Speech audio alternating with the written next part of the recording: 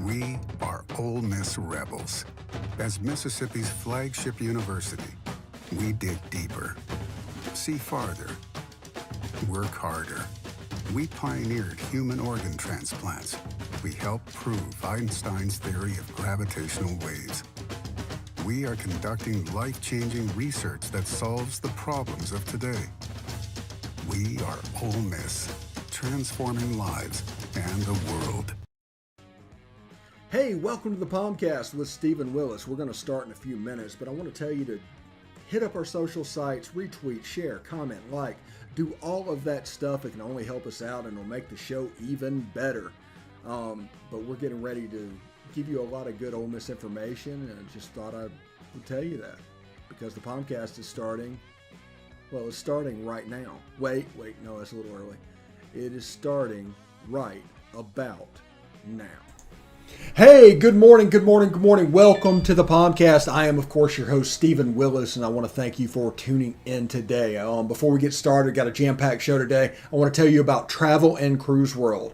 1-800-330-7461. That is 1-800-330-7461. What I was trying to do is give you a resource down here. Everybody needs a vacation. We're 18 months into this damn thing right now. So you can give them a call. They can get you the same rate you can get online. Plus you have a resource down here for attractions, for business, for the beach. They can tell you what the different rules are around the places. They actually see it. They actually live it. So give them a call at 1-800-330-7461. That's travelandcruiseworld.com. See Central Florida like a local. Also want to tell you about bookatailgate.com. Bookatailgate.com. It's a tailgating and events company in Oxford. Basically, they can handle all of your needs. If you want to have your tailgating stuff stored for your tailgate, they can do that. Need stuff rented, they can do that. You want an extra tent because more people are coming than you plan, they can do that as well. You need a TV? Yep. And of course, they will pick up your catering as well. That is 662-701-1177. 662-701-1177. That's bookatailgate.com. Tell them we sent you. Thank you very much for that. And also I want to tell you about La Terrain watches. They are affordable watches that you can get to at an inexpensive price. So if you look at it and decide to buy it, enter promo code POMcast at checkout for an automatic 10% off. Tell them we sent you and do all that stuff and tweet about it and all the good stuff as well. We want to tell you, if you want to watch the show, you can catch us at The Stephen Willis or at Old Positively. You can catch us on Facebook at facebook.com/POMcast. You can catch us on YouTube at Positively Ole Miss. Hit subscribe, hit the bell. You'll know not only that we're streaming, you'll know what we're streaming about. And of course, you can catch us on Twitch at Positively Ole Miss, all one word, all lowercase. The podcast you can see down below where we're located. And let's see, is that it? Two and a half minutes. I went through that in record time. I'm very proud of that. Also, sorry about no Best of the West last night. We had a key feature of my software that was not working. We got that fixed today. They're going to do it on Thursday. We're going to do a mashup of Best in the West and the preview for the Ole Miss Arkansas game. We're going to do a live stream for that. So it'll be Kevin, Jake, and then me. Talking all about the Best of the West. I'm pretty excited about that. Also, tonight, we are going to echo our first broadcast. We're really interested in seeing how this works, but it'll be available on the Believe in Georgia Dogs podcast channels as well. And if this works with the paired channels and everything, this could lead into a syndication type situation with different platforms of each school to make SEC After Dark just explode ratings wise. We're very impressed and we're eagerly looking to see what this looks like. But they're on the Believe in Georgia Dogs podcast tonight, as well as all the podcasts that you were seeing here, because we're the main ones. So we're pretty fired up about that. Also, if you have a podcast out there and you want to do it, we can syndicate it now. We'll tell you how to do it. We can produce the whole thing. It's going to live on my channel as well as a fee for me doing it to begin with, but we can also put it on your channels as well. So that is pretty cool. So I'm pretty fired up about what's going on. Today's show, we are going to talk about how Ole Miss and Arkansas are really mirror images of each other, even if the offense doesn't look exactly the same. It's basically the same offense. And the defense is almost identical, so it's going to be like that Spider-Man meme of pointing at the other one. That's exactly how this game is probably going to look. And the defenses are going to do really well against the offense in this game. Arkansas has a good game. Like, Kendall Briles last year helped the defense to get ready for Matt Corral. Last year was one of our defense's best performance against Arkansas. So Jeff Levy helped the defense out as well. So now that both of them are doing the drop 8 and it's going to be a run game, I'm interested to see exactly what it'll look like. I'm also interested to see, since Henry Parrish Jr. got the majority of the snaps against Alabama, is he kind of drifting towards number 1? It's interesting to see. If he becomes the RB1, he's got the package. He looks really good running the football. I'm impressed by what I'm seeing. I'm just really interested in how this is going to play out 4 games into the season. Pretty fired up about it, actually. Let me get this over here. So, we're going to talk about that. We're going to have the presser highlights that I have not uploaded yet, so we might not have presser highlights.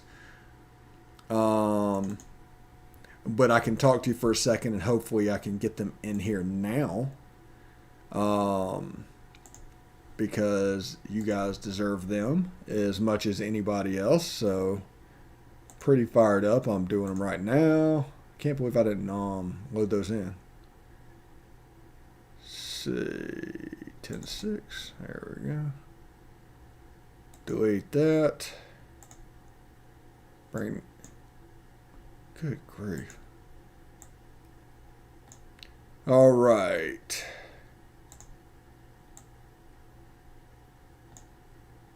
All right, so yeah, we'll have presser highlights because I did remember to get them in there. It might have happened during the show, and it might have happened a little bit late, but I got them in there.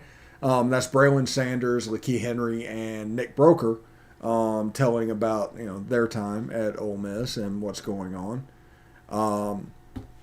And third of all, we'll kind of bring you guys into the echoing effect, and we'll tell you again how to watch on a streaming box.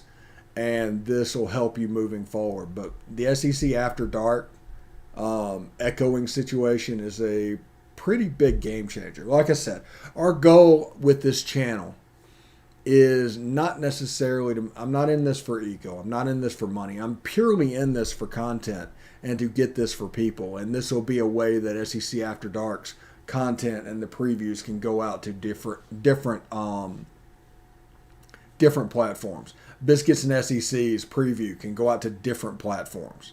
This is a way we can do this. Now, we might set it up and you'll see it on our YouTube channel as an event that you can tune into coming down the line, much of the way that if you look now, you'll see like the Talking Ball with Bill Flowers and things like that. But we'll be able to pair those events and people will be able to carry those events across numerous channels. I'm pretty curious to see how this plays out, and I want to know what the max is going to be eventually that we can get to. So I'm pretty fired up about that. But we'll talk about that in the second segment. But first of all, I want to talk about how these are mirror images. Now, I mean, the offenses of both teams are basically, they have elements and are largely similar to the Art Briles offense at Baylor. You got the Kendall Briles stuff, and you got the Jeff Lebby stuff. Now, we're not going to count the 10 or so plays that are Lane Kiffin specials a game. We're not counting those. We're just talking about the basic function of the offense. And these are identical. If Arkansas had a passing quarterback, we were what they would look like. If we had just a running quarterback, if John Rice was playing quarterback, Arkansas is how we would look. I mean, it's the same offense. It looks different, but they do the same things. They block things the same way. It's mainly zone concepts on the offensive line. There's a little bit of gap scheme in there. You got big physical guys outside the numbers playing, and then you got slot receivers and tight ends that are the focal point of the offense. On the defensive side of the ball, they both play that drop 8 defense. They literally do. I think his name was it John Haycock or whatever at Iowa State. They both are doing some version of that. So 80% of that defense is going to look the same too. So there's a little bit of difference. There's going to be the 20% on the defense, and there's going to be the stuff that Lane Kiffin's doing to the offense. But it's important for people to realize these are really mirror images of each other right now on the football field. And because of that, the defenses are going to play really well against the offense. Both the defensive coordinators are going to know what gives the offenses trouble, and they're going to do it. Both sides. Last year, like I said, DJ Durkin had his first decent game against Arkansas and Fayetteville. I think Barry Odom is going to come out and have one of his better games. So we're looking at a game that people are going to try and put this in the 40s. Mainly because narratives are out of date and not enough people follow football at all. The narrative is that Ole Miss is struggling defensively. So Ole Miss must be struggling defensively. And that's just not the case. So the keys to this game, and we'll get into this a little bit more as the week goes on, but the keys to this game will be to jump on Arkansas a little bit early. They play offense like we do, but they don't have the short and intermediate passing game. It's going to be deep shots. I would expect to see 4 verts thrown 3 or 4 times during the ball game. And me and Bill Flowers talked about this on Talking Ball, which you can catch tomorrow night. But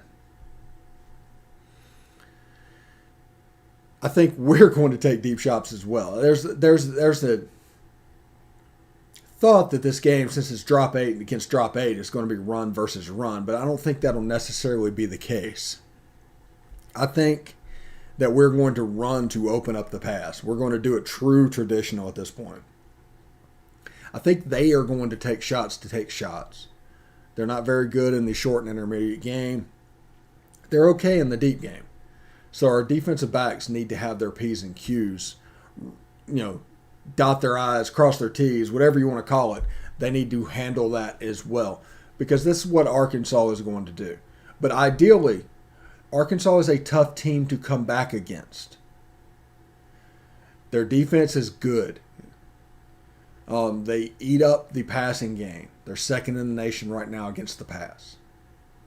So if Arkansas gets the lead, they are tough to come back against. But if you get the lead, it is tough for them to come back against. They're real similar to, honestly, like a wishbone team back in the day. You needed to get the lead to feel safe against them because of everything they did. Getting the lead is tough, but if you can do that and let them play catch up and not front run, you're in really good shape. You can kind of dictate how the game is going to be played. And I do think there is some dictating that will happen. If Ole Miss can dictate their will on how the game is going to be played, they're going to be in good shape. I think Ole Miss has the better team. I think Arkansas is increasingly thin. You saw that against Texas A&M. When KJ Jefferson and Treylon Burks got hurt, that looked like a completely different football team. That is their margin for error at this point. And you have a quarterback that is running a ton of QB powers right now, running up the middle. He's a big kid, and I get it. But there's a chance to nick yourself and ding yourself. Malik Hornsby is a great player, but he's a one-dimensional player. He makes Arkansas even more one-dimensional. Great runner, but that's, at this point, all that he really is. I like Traylon Smith in the backfield. I think he's got 60 or 70 carries at this point, so you're going to get a steady diet of him. So they need to be ready to stop the run. Now, in the drop 8, I can see the outside of the box safeties coming up a little bit. So it looks like a true 3-4 in the box for us, because Otis Reese and hopefully Jacob Springer, I hope he's healthy as well, can come back and provide that little boost. Now, remember, when the defense looks completely different when Jake Springer plays. He's a true box player. He's an excellent blitzer. If he comes back this game, he is going to be a difference maker defensively for Ole Miss. You know about Otis Reese, you know about Chance Campbell, but Jake Springer also helps make this defense go. Now, it also helps in this game that in this drop 8 defense, Matt Corral goes against it every day. During fall camp, that's all he saw was this drop 8. So, I don't think there's going to be a freak out factor. And also, Ole Miss fans need to sell out this game, be there, be early, be loud, because loudness actually affected Arkansas against Georgia. They got intimidated. They ended up with 120 yards of offense, and they did miss a field goal, but they got completely shut down. So know that this game and the crowd can have effect on Arkansas. That's happened. That's happened already. So, all right. We're going to do our press conference highlights. We're going to take a short break after that, and then we'll come back and talk about echoing a bit. So, want everybody to tune in, enjoy this, and we'll be back in a minute. Just take what they give us. Don't try to always make the big play. If the stops are there, just hit the stops. The run game's gonna be there, so we just gonna do whatever it takes to go 1-0 this week. They're a really good football team. They had a real bad game, the same as we did last week. But they're going to come in and try to run the football, so we really have to stop the run. They got a really good quarterback, so we got to stop him in the run, stop the pass. And I really think it's going to be a great game, honestly. Yeah, like you said, communications pre-snap has kind of been the main thing. And then some of the stuff they threw at us, in game, we got to do a better job communicating with coach on the sideline about and with each other. So I think that's a big thing is not only, communication while we're on the field, but off the field when we go to the sideline, communicating things and just putting us in a better call. You get tired here and there, but in the end, you want to be out there for your teammates and your brothers. You're going to give it everything you got each and every play. He can hurt you with his arm, but he can really hurt you with his leg. So we got to defend both, honestly. We got to be tuned into the run because he had an extra hat, really. So we got to be keyed into the run, really. Yeah, they got, like you said, Anderson's a really good player. He's going to play football for a long time. And Arkansas is the same way. 55, he's a really good player. There's a lot of really good things. He bends really well. So, that's why you sign up to play in this league, though, to play great players and to test yourself every week. All right. That's absolutely correct. That is Braylon Sanders, Lakeith Henry, and Nick Broker tuning in and having a good time. I'm looking forward to this game. This is a lot going on. Also on our YouTube channel, all the press conferences with questions and everything are down there available to you.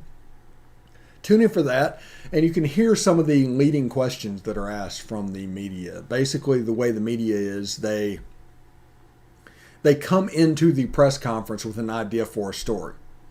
So they'll look at something going on, like Nick Broker played every snap on offense. So it's obviously a depth issue on defense. They don't have understanding of how the offense works and why this is going on. They just assume it because they've been told several different ways the way they should look. They're like, the offensive line should be 8 or 9 deep across. They have that mindset in there. And because of that, they are spitting out narratives right now that may or may not be correct. So just be careful about that. Whenever you hear an answer on there, go back there and listen to the question, because sometimes the question is like twice as long as the answer, and it's obviously a leading question designed to get the answer that they want. So just be careful with that, and just a little game, a little inside baseball with the media. Whenever you go into a press conference, there's generally a question that you want to get answered because you need it for a story that you need to do. And used to back in the day, these press conferences were a week's worth of content for people. People that covered Ole Miss with the Clarion Ledger and the Commercial Appeal back in the day, the Tupelo, the Daily Journal. They'd go in there and ask like 3 or 4 questions and everything because they had an idea from their assignment desk of which stories they needed to do this week. You had a couple of notebooks, a feature, and all this, and you needed a couple of quotes so that you could write those things. So it was all planned for the whole week. So that's not necessarily the case anymore because they've shut off access a bit to what's going on, because the media at this point has taken the phrase "if it bleeds, it leads" into a whole new realm, and they start, whatever happens, there's only a binary thing. You're either great or you're terrible. There's no in between. There's no nuance, and it's the product of the journalism that is going on in America today.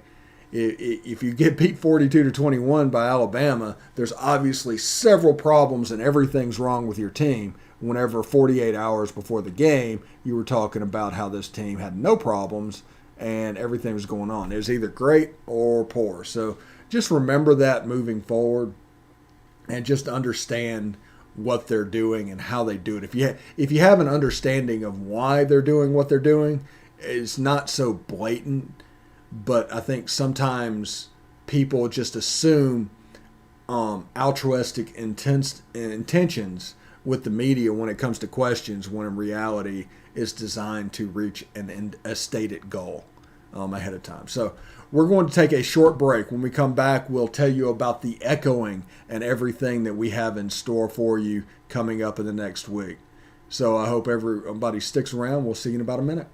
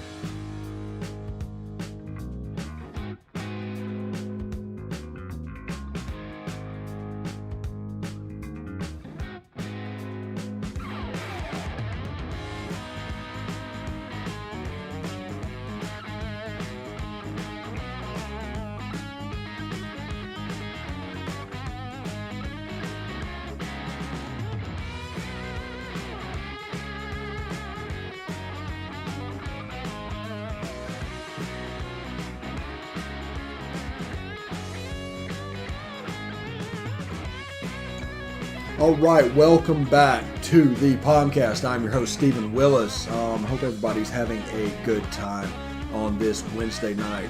Tonight, we're going to talk about this in a little bit. We're going to do our first echoing. We're calling it echoing of SEC After Dark to allow other channels to get involved. It's kind of our first syndication test of what we're going on. Like used to, whenever you get a syndication and the way you go, you would need like satellites and everything set up so you can send it from one place to another for them to do it. The way it's set up now, we could set it up. I could set it up today with somebody in Bangladesh, and we could stream it both ways, and you can have it there. So I'm pretty fired up about that. Also, if you're listening overseas on military bases, let me know. If you want it, we would be able to. We would be able to make it available for you guys in there. But with the internet, 11 years ago, I had an idea for a show of what I wanted to do. I used to edit the Rivals Minute in Nashville. And we'd take about a minute and talk about the stories of the day and everything that's going on. It's basically, if you notice, it's kind of a precursor to this. But it was kind of stale to where you had to shoot it, and then you had to edit it, and then you had to upload. That was the train, and it was like 3 or 4 people that were involved, and that actually became the Yahoo Sports Minute. And Corey got involved because he did the Yahoo Sports Minute with Blair Johnson and Ashley Russell. And as that went on and on and on, and sitting there, I decided, it's like, hey, I want to do something like this for Ole Miss. This is really cool, but the technology just wasn't there. Now, when streaming came about, it was close and everything, but there's an efficiency that has to be hit with these videos and everything that's going on, because if you don't have that efficiency, all of a sudden you're at one video a day because it takes so much effort to get everything done. But it needed to be essentially able to mass produce things. Like a little bit of inside baseball for people that are interested. On Tuesdays, generally, I do the POMcast at 10 Central, and I do SEC or Best of the West at 8:30 p.m. But I also record with Bill Flowers and set that stream up for Thursday, and I record with Biscuits and SEC and set that stream up for Friday. Now Thursday and Friday, I'm not really doing things necessarily, but it looks like I am because I was able to schedule that, even though it comes across like a live stream. So that allows everything to be set. And you can set it up to where Monday is like this, Tuesday's like this, Wednesday's like this, Thursday's, all the way through and develop your workload. But through efficiency, you're able to get everything done. And this channel, we were able to do that. Now, in the middle of us building this channel, they came up with this extra piece of technology, because everything's always growing, that will allow us to pair channels. So it's designed, like I said, a little inside baseball. It's designed for people that are like gamers. And if you want to stream your game, but you want to pair it with the person you're playing against online, to where two channels are streaming essentially the same game from different perspectives or something, or two people are playing the same game and you just want to see it in both places because two gamers are doing it, they want it to allow that to happen. Well, what we're trying to do is to use that technology to syndicate our broadcast throughout the SEC. We'll see if it'll be able to happen. We'll see if they'll be able to do it. We'll see if there's a bug. And my whole opinion is always try to break this. Find out what it's capable of. And we're hoping, like with tonight, with the Believe in Georgia Dogs hopping in on this syndication train, we can do that. And we can bring in the Texas A&M, the Louisiana people. We have contacts in all those places with their channels. The Florida people, South Carolina people. And we can just go around the conference. Now, since we do no competition, we do not believe in competition because honestly, we're not competing with anybody. We're not trying to put anybody out of business. We're not trying to do anything like that. We're just trying to make sure the right content goes up, right? So since we're doing that, it doesn't matter. It just doesn't matter who these other conferences work for. So it's going to be a first come, first served thing. And we're trying to increase the audience of SEC After Dark and eventually Biscuits and SEC. And that'll be an SEC show and an SEC preview with different people that are attached on all the network. We're not doing this for ego. We're not doing this for anything like that. But like I said, we're trying to get the content out, and I'm trying to find people that are willing to put good content out. If you see people that are only writing stories because of the bottom line, that's not a person that's going to end up being on this channel. We need to find somebody that is genuinely putting the right stuff out. Somebody like David Waters down at Gators Breakdown. We don't play Florida very often, but he does a fantastic job. The Hammer over at the Junction blog. We need to get him set up. That's what he's doing. The folks down at One Team, One Podcast. Need to get them ready to go. And we can increase this audience by them restreaming the product through their social medias, which means the stream would appear on Believe's YouTube page, his Twitter page. Everything that he normally has it set up to stream to, you'll be able to do that. So I'm pretty fired up about this. This is going to be something that can just blow out the numbers and provide a little bit of something extra for fans all across the league, whether positively Ole Miss or not. So I'm pretty fired up about what's going on. And like I said, we're going to test that tonight. Hopefully it goes well. I'm also going to pay off my bet tonight. Me and Cassidy Thomas bet on the Ole Miss Alabama game. So you will see me with houndstooth all around, because it's time to pay the piper on that one. So we're going to do that for SEC After the Dark. We're going to give picks. I need to build that this afternoon. Also, I got to go get flooring, by the way, and load that for my brother-in-law. I'm going to do that in probably 30 minutes or so. So I do want to thank everybody for tuning in. We'll be back tomorrow at this same time, 10 a.m. Central. We'll be on SEC After Dark tonight at 8:30ish, 8:30, 8:45, somewhere in there. Tomorrow, we're going to do a mashup of Best in the West and the Ole Miss Arkansas preview live stream with Kevin Bohannon and Jake Thomas, to where we're going to talk a little bit about previewing that particular ball game, plus some other stuff in the SEC West. We'll talk about that as well. And we'll have a POMcast, obviously, that day at 11. Talking Ball with Bill Flowers will be at 6 Eastern on the YouTube channel. And Biscuits and SEC's SEC preview will be a Friday at 6 o'clock. Also Friday, I'm going to be at Hollywood Studios writing Rise of the Resistance. So bully for me. All right, I want to thank everybody for joining us today. And I hope everybody had a good time. And we're going to keep pushing this. We're going to find ways that we can keep pushing this. And hopefully we're going to have a lot of fun doing it. So thank you very much. And of course, hotty toddy.